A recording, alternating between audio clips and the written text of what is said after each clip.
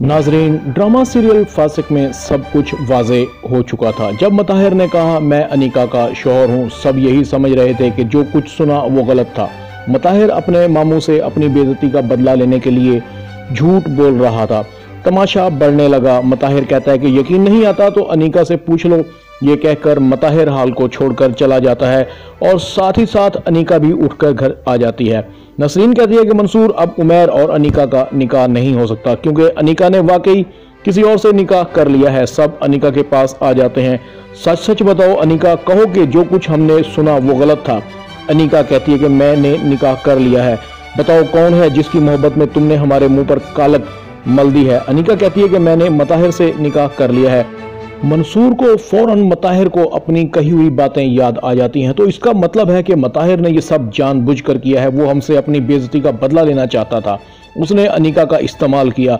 सुल्ताना आगे बढ़ती है, नहीं बेटा ये सब झूठ है, तुमने ऐसा कुछ नहीं किया। बताओ अपने ताया जी को, देखो अपनी माँ का ख्याल करो, तुम्हारी आज शादी है।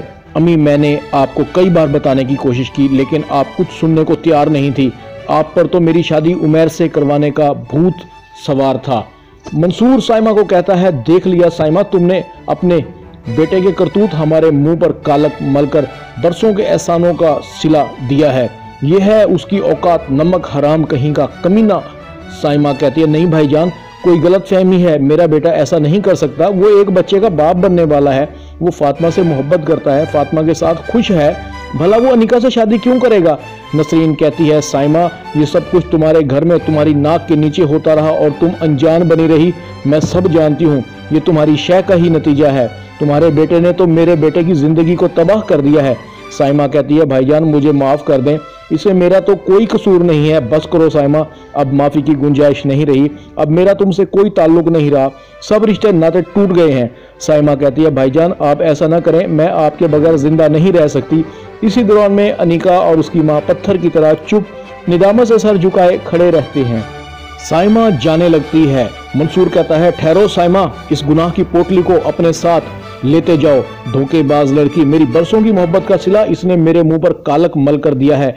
मैं बाहर क्या मुंह दिखाऊंगा, इसने तो मुझे मुंह दिखाने के लायक भी नहीं छोड़ा। मताहिर घर जाकर अपनी कामयाबियों पर खुशियां मना रहा है क्योंकि आज उसने उमैर और मंसूर मामू से अपनी बेइज्जती का बदला बमसूद ले लिया है। इसी दौरान बिल्कुल बेखबर फातिमा बेवकूफ़ों की तरह अनीका को कहती है कि अनीका ये तुमने क्या किया, छुपकर किसी से निकाह कर लिया और किसी को कानो कान खबर भी ना होने दी। मुझे तुमसे ऐसी गलती की उम्मीद नहीं थी क्योंकि फातिमा को यकीन ही नहीं है कि उसकी सल्तनत पर कब्जा हो गया है। मताहिर अब उसका नहीं रहा, अनीका का भी शौहर बन चुका है। जैसे ही फातिमा अनीका को साइमा फूफो के साथ देखती है, अनीका तुम किधर। साइमा कहती है, और अनीका कहाँ रहेगी, मताहिर की बीवी है तो मताहिर के साथ ही रहेगी ना। फातिमा पर यह खबर बिजली बनकर गिरती है और आंखों में आंसू आ जाते हैं।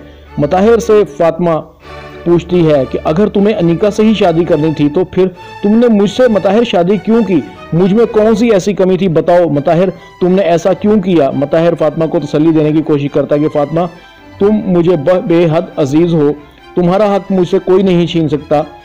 फातिमा मताहिर को कहती है कि मताहिर तुमने आज मेरा भरोसा तोड़ दिया है। वीडियो के आखिर में एक छोटी सी बात, औरत चाहे किसी भी उम्र में हो उसको इज्जत रब ने दी है और मर्द को हमेशा इज्जत कमानी पड़ती है। वीडियो टीवी को सब्सक्राइब कर दें, लाइक कर दें, शेयर कर दें और बेल आइकॉन के बटन को दबाकर ऑल पर क्लिक कर दें ताकि आपको मेरी नई आने वाली वीडियो का नोटिफिकेशन फौरन मिल सके। अपना ख्याल रखिएगा। अल्लाह हाफ़िज़।